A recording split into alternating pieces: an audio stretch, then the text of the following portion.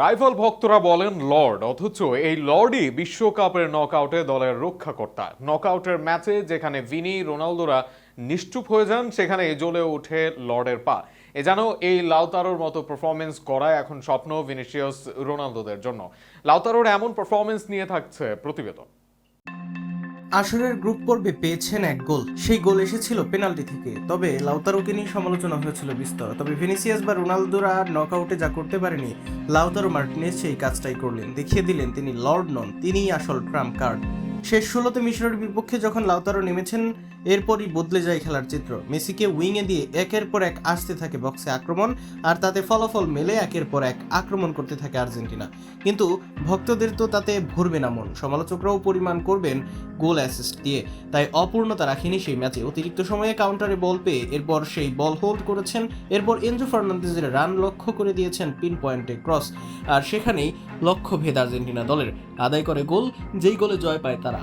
তবে স্ট্রাইকার লাউতারোর গোল নিয়ে ছিল সমালোচনা, সেই কাজটাই করে দিলেন এরপরের দুই ম্যাচে। সুইজারল্যান্ডের বিপক্ষে 120 মিনিটে গোল করে দিলেন কফিনের শেষ পেরেক, যেখান থেকে ফেরাটা ছিল না আর সম্ভব। আর ইংলিশদের বিপক্ষে জয়ের নায়কই এই লাউতারো।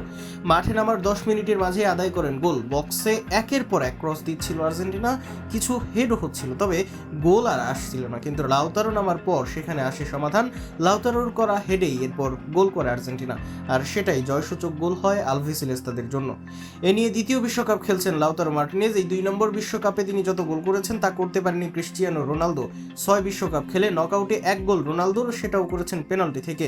এমনকি ভিনিসিয়াস ও রোনালদো মিলিয়েও নকআউটে করতে পারেনি লাউতারোর থেকে বেশি গোল। অথচ ভিনি রোনালদোরা তাদের দলের সেরা তারকা, আর লাউতারোর বেলায় জোটে লর্ডের তকমা। তবে পরিসংখ্যানের বাইরেও লাউতারোর সবচেয়ে বড় পরিচয়, তিনি বড় ম্যাচের খেলোয়াড়।